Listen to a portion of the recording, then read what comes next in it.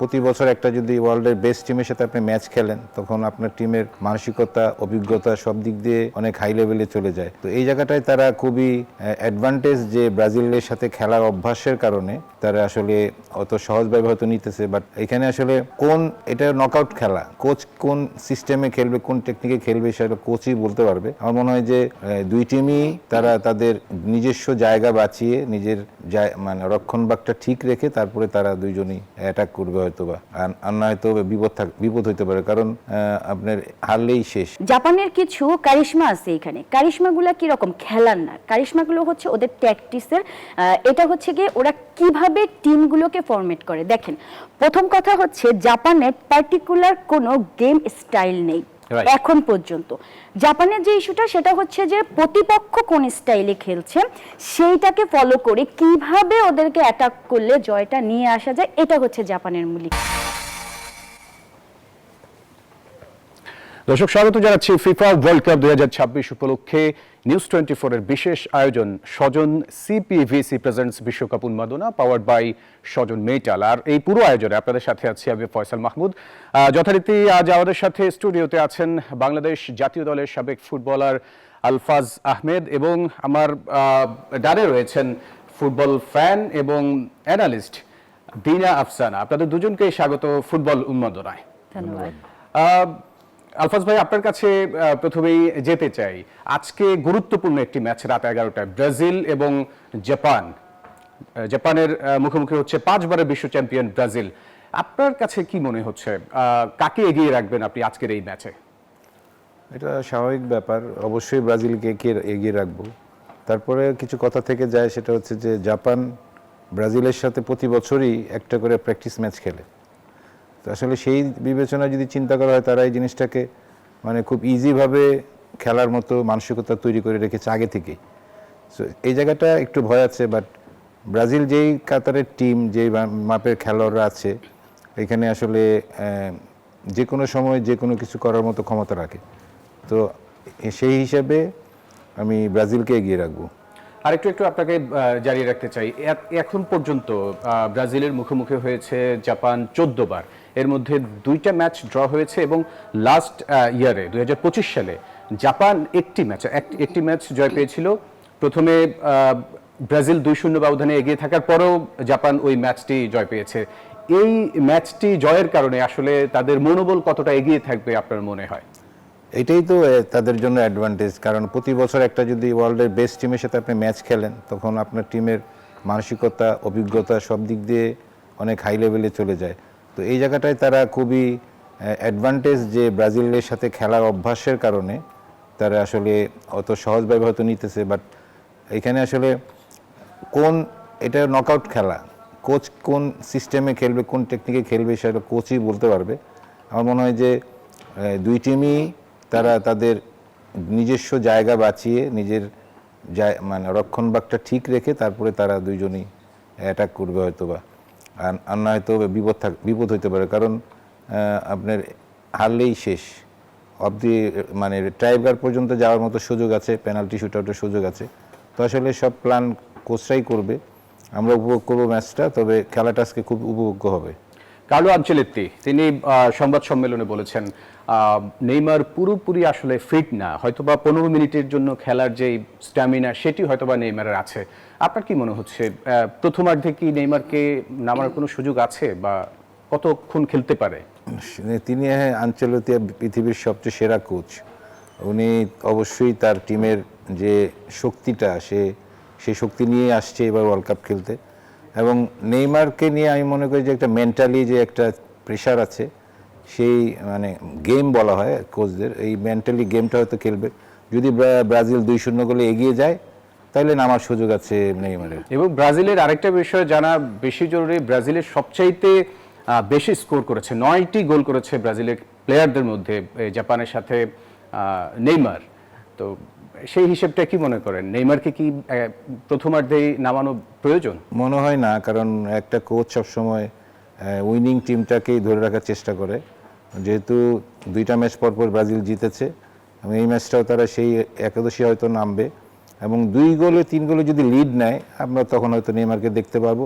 এবং এইখান থেকে আস্তে আস্তে যদি নেইমার আরও ভালো মতো ফিট হইতে পারে, নেক্সট ম্যাচে যায় হয়তো বা কোচ তাকে নিয়ে চিন্তা করতে পারে। অনেক ধন্যবাদ আপনার কাছে। আমরা আবারও আসবো। আমাদের আরেকজন অতিথি রয়েছেন দিনা আফসানা। দেখাই যাচ্ছে আপনি আর্জেন্টিনার ডাই হার্ড ফ্যান। কি মনে হচ্ছে, আর্জেন্টিনাকে দিয়েই আপনাকে প্রশ্ন করতে চাই, আর্জেন্টিনা কি এবার ওয়ার্ল্ড কাপ জিতবে? মানে এটা আসলে বিশ্বকাপ শুরুর আগ পর্যন্ত আমরা অনেকেই মানে শুধুমাত্র আর্জেন্টাইন ফ্যান যারা তারা না, সারা বিশ্বে আসলে খুব একটা ফেভারিট ধরেনি, কিছুটা আন্ডাররেটেড দল হিসেবেই তাদেরকে বোঝার চেষ্টা করা হয়েছিল। কিন্তু আসলে গ্রুপ পর্বের ম্যাচগুলো দেখে, যদিও আমি বলবো না যে খুব ভালো ভালো টিমের সাথে বলা যায় যে খুবই যারা হচ্ছে টেকনিক্যাল বা হচ্ছে যে খুব ভালো খেলতে পারে এমন টিমের সাথে হয়তো বা গ্রুপ পর্বে ম্যাচগুলো পড়েনি, তবে নিজেদের ঝালাই করার একটা ব্যাপার রয়েছে না, কিছু খেলা কিন্তু আমরা এর মধ্যে দেখেছি, 3টা ম্যাচেই দেখেছি। তো সেখান থেকে এখন আসলে আমি আবারও স্বপ্ন দেখছি ফ্রান্স আর্জেন্টিনার আরেকটা ফাইনালের, কারণ তেমনটাই স্বপ্ন দেখাচ্ছে আসলে মেসি। আচ্ছা, আর এখন থেকে Yes. প্রায় 2.5 ঘন্টা পর ব্রাজিল এবং জাপানের মধ্যকার যে ম্যাচ সেটি অনুষ্ঠিত হবে। আপনি কাকে এগিয়ে রাখছেন এই ম্যাচে? এটা হচ্ছে আজকের দিনে আমি না, শুধুমাত্র ওয়ার্ল্ডের যে কোনো অ্যানালিস্ট, যে কোনো ফুটবলারের কাছে যদি জিজ্ঞেস করেন, আজকের ম্যাচটা one of the top high voltage টাইপের একটা ম্যাচ হতে যাচ্ছে এই জাপান ব্রাজিলের। কারণ হচ্ছে একদিকে রয়েছে ইতিহাস, সংস্কৃতি বা হচ্ছে যে তাদের ঐতিহ্যের খেলা, যেটা আমি ব্রাজিলিয়ানদের কথা বলবো, অন্যদিকে হচ্ছে আধুনিক ফুটবলটাকে কতভাবে যন্ত্রের সাহায্যে ব্যবহার করা যায় এবং খেলাকে কতভাবে উন্নত করা যায় তার একটা ম্যাচ। যেমন হচ্ছে ভাইয়া কিছুক্ষণ আগে বলছিলেন যে ভাইয়া তো ডেফিনেটলি ব্রাজিলকে এগিয়ে রেখেছেন ব্রাজিলের প্রিভিয়াস কারণে, কিন্তু হচ্ছে জাপানের এখানে কিছু কি বলবো, এটাতে জাপানের কিছু কারিশমা আছে এখানে। কারিশমাগুলো কিরকম, খেলার না, কারিশমাগুলো হচ্ছে ওদের ট্যাকটিসের। এটা হচ্ছে গিয়ে ওরা কিভাবে টিমগুলোকে ফরমেট করে। দেখেন, প্রথম কথা হচ্ছে জাপানের পার্টিকুলার কোনো গেম স্টাইল নেই এখন পর্যন্ত। জাপানের যে ইস্যুটা সেটা হচ্ছে যে প্রতিপক্ষ কোন স্টাইলে খেলছে সেইটাকে ফলো করে কিভাবে ওদেরকে অ্যাটাক করলে জয়টা নিয়ে আসা যায়, এটা হচ্ছে জাপানের মূল। এবং আমরা কিন্তু প্রথম পর্বে অলরেডি 2টা ম্যাচে দেখেছি।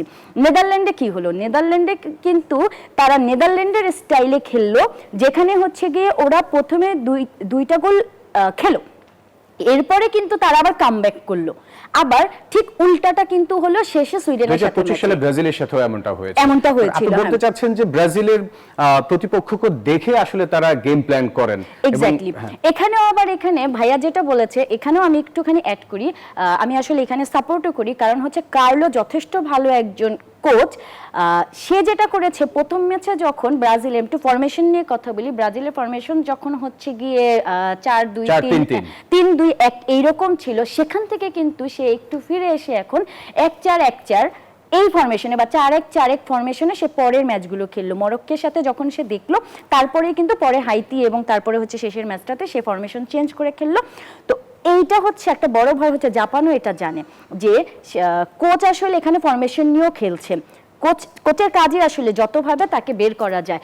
তো এই জায়গাটাতে জাপানের যথেষ্ট বোঝাপড়া রয়েছে।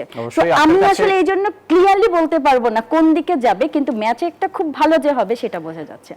আচ্ছা, আমরা আরেকটু জানতে চাচ্ছি, আর্জেন্টিনা কি একটু তুলনামূলক কম মানে দুর্বল টিমের সাথে পড়ে গেছিল কিনা, এটা নিয়ে আমরা একটু আলোচনা করব। আমরা একটা ব্রেকে যেতে হচ্ছে। দর্শক, ফুটবল বিশ্বকাপ উন্মাদনার সময় হলো একটা বিরতির, ফিরছি আবারও, সাথেই থাকবেন। দর্শক, বিরতির পর আবারও স্বাগত বিশ্বকাপ উন্মাদনা। আমাদের সাথে আছেন আমাদের অতিথিরা। আমরা আরো আলোচনা করতে চাই। আলফাজ আহমেদ, আমরা আলোচনা করছিলাম ব্রাজিল জাপানের ম্যাচ। আজকে কিন্তু আরো 2টি ম্যাচ রয়েছে। রাত 2:30 জার্মানি এবং প্যারাগুয়ের ম্যাচ রয়েছে, এবং সকাল 7টায় নেদারল্যান্ডস এবং মরক্কোর ম্যাচ রয়েছে। কি মনে হচ্ছে এই দুই দল থেকে আসলে কারা শেষ 16-এ যেতে পারে? জার্মানি তো অবশ্যই ভালো টিম, এবং ইয়াং বেইটস একটা টিম আসছে, শুধু নয়্যার গোলকিপার সিনিয়র, যেহেতু একটা টিমে সিনিয়র প্লেয়ার থাকলে টিমটা খুব কন্ট্রোল করা যায়। সেই হিসাবে আমি মনে করি যে খুবই ব্যালেন্স টিম জার্মানি টিম। প্যারাগুয়ের সাথে আমার মনে হয় যে, যদিও লাস্ট ম্যাচে জার্মানি তো ভালো করতে পারে নাই, তারপর ফার্স্ট 2টা ম্যাচ জেতার পরে তারা এমনি কনফিডেন্স ছিল, লাস্ট ম্যাচটা খারাপ করছে, বাট জার্মানি আসলে সঠিক সময়ে জ্বলে উঠে একটা টিম। আমার মনে হয় যে আজকের ম্যাচটা তাদের কোনো অসুবিধা হবে না। নেদারল্যান্ডসকে অনেকেই এগিয়ে রাখছেন এবার বিশ্বকাপে, মরক্কো দুর্দান্ত খেলছে, আপনার কি মনে হচ্ছে সেই ম্যাচটায় কে জিততে পারে? অবশ্যই নেদারল্যান্ডের সুযোগ আছে, বাট নেদারল্যান্ড কিন্তু প্রতিটা ওয়ার্ল্ড কাপেই আপনি যদি দেখেন তারা কিন্তু সেমিফাইনাল পর্যন্ত যায়, তারপরে আর কিছুই করতে পারে না। তো এই আমার কাছে মরক্কো যেহেতু তারা নতুন শক্তি, নতুন ফুটবলের যে আলোড়ন সৃষ্টি করেছে, খুব ভালো ভালো প্লেয়ার আছে তাদের, হাকিমির মতো প্লেয়ার আছে, তো এখানে একটা ফাইট হবে, আমার মনে হয় ফাইট হবে, তো কিছু একটা অঘটন ঘটতে পারে। আচ্ছা, আমরা একটু দিনে আফসান আপনার কাছে আবারও আসতে চাই। ফাইনালে আপনি কাকে দেখছেন এবারে বিশ্বকাপে? আর্জেন্টিনাকে দেখছেন, এটা আপনার নিজের দল, আপনি দেখছেন? এটা নিজের দলের জন্য না ভাই, আর্জেন্টিনার ডিফেন্স এবং হচ্ছে আমি অ্যাটাকের কথা তো বাদই দিলাম, মিডফিল্ডটা ভাঙাটা অনেক টাফ। এখন বলবেন যে হ্যাঁ ইসে তো লাস্ট ইয়ার হচ্ছে যে আমাদের জর্দানের সাথে যে ম্যাচ হলো ওরা তো একটা গোল দিয়ে দিল। ব্যাপার হচ্ছে জর্দান কিন্তু প্রতিটা ম্যাচেই একটা করে গোল দিয়েছে কোনো না কোনোভাবে। ওরা সম্ভবত এই টার্গেট নিয়ে নামে যে আমাকে যে কোনোভাবে হোক না কেন একটা গোল দিতে হবে, হোয়াটএভার আমি যে কয়টা গোলই খাই। এবং আসলেই কিন্তু ওদের আসলে ওই ডিফেন্স খুব একটা ভালো ছিল না। তো সেই জায়গা থেকে কিন্তু এইটা যদি আপনি বাদ দেন তাহলে হচ্ছে গিয়ে আর্জেন্টিনার মাঝমাঠ অ্যাজ সলিড অ্যাজ আপনি যদি বলেন স্পেনের মতো অনেকটাই। এবং এই দিক থেকে আমি যদি এখন তো ধরেন ফিকচার মোটামুটি ক্লিয়ার, কে কার সাথে কোন রাউন্ডে কিভাবে খেলতে পারে। যেমন ধরেন খুব ভালো যদি খেলতো, এখন তো উরুগুয়ে আসতেই পারলো না, কেপ ভার্দের সাথে হয়তো খেলা পড়তো না, উরুগুয়ের সাথে খেলা লাগতো, হ্যাঁ আর্জেন্টিনা উইন করতো। এরপরে গিয়ে হয়তো আমাদের পর্তুগালের সাথে খেলা পড়তো, সেখানেও আমি আসলে মনে করি যে হ্যাঁ পর্তুগালের চেয়ে হচ্ছে গিয়ে আমি জানি ভাই একটু কষ্ট পাবে, আর্জেন্টিনাকে এগিয়ে রাখবো। তার কারণ হচ্ছে পর্তুগালের একটা কিছু মিসিং, পার্টিকুলারলি যদি আলাদা আলাদা করে প্রত্যেকটা প্লেয়ারের কথা বলেন, দে আর ফ্যাবুলাস, তারা খুব ভালো বলছে, কিন্তু এটা যেহেতু ভাই ওয়ার্ল্ড কাপ এবং এটা হচ্ছে team game as a nation, এটা কিন্তু ভাই ক্লাব গেম না। ধরেন বার্সেলোনা পিএসজি যারা খেলতেছে সেটা না, যখনই নেশনের ব্যাপারটা আসে তখন এইখানে একটা আলাদা ঐক্য, আলাদা ধরেন একটা বন্ডিং কাজ করে, যেইটা আমি দেখতেছি। আর্জেন্টিনা তো একটা বিশাল লম্বা সময় খরা গেল, একদম সেই 2022 পর্যন্ত, 14তে এইভাবে ফিরে যাওয়া, 18তে তো একদম কাঁদতে কাঁদতে মানে কাপের সামনে থেকে ফিরে যাওয়া, তারপরে 22-এ পাওয়া, সেই ঐক্যটা না মানে অন্যরকম, বন্ডিংটা না অন্য লেভেলের। বলছেন যে আর্জেন্টিনার আসলে বন্ডিংটা ভালো, যেমন পর্তুগালের যেমন। সবচেয়ে বড় জিনিস তো ভাই বলিই না, সেটা হলো ওখানে একজন মেসি আছে ভাই। আলফাজ ভাইয়ের কাছে একটু যেতে চাচ্ছি। আলফাজ ভাই, যেটি আলোচনা সমালোচনা হচ্ছে ভিএআর নিয়ে, যে এটিতে আসলে অনেক দলকে ফেভার দেওয়া হয়, এটা কেমন? এটা আসলে আমি যে দর্শক হিসেবে মানুষ নানা ধরনের কথা বলবে, যে এইটা হইলো পেনাল্টি দিল না রেফারি, এই ফাউল হয়েছিল ফাউল দিল না, হ্যান্ডবল হয়েছিল দিল না। আসলে এটা মানুষ মাত্র ভুল হতেই পারে রেফারিদের। এখন দেখা যায় যে আমাদের ভিএআর আছে, এখানেও যদি। শেষ একটা প্রশ্ন করতে চাই, আপনি কোন দলকে সাপোর্ট করেন? আমি তো আর্জেন্টিনার সাপোর্টার ছোটবেলা থেকে। আপনাদের দুজনকেই ধন্যবাদ আজকে আমাদের সাথে স্টুডিওতে যুক্ত হওয়ার জন্য। দর্শক, নিউজ 24 এর বিশেষ আয়োজন স্বজন সিপিভিসি প্রেজেন্টস বিশ্বকাপ উন্মাদনা পাওয়ার্ড বাই স্বজন মেইটালে আবার আগামীকাল এই সময়ে আবারও আলোচনা হবে, বিশ্লেষণ হবে অন্য কোনো অতিথির সাথে। সে পর্যন্ত ভালো থাকবেন, আল্লাহ হাফেজ।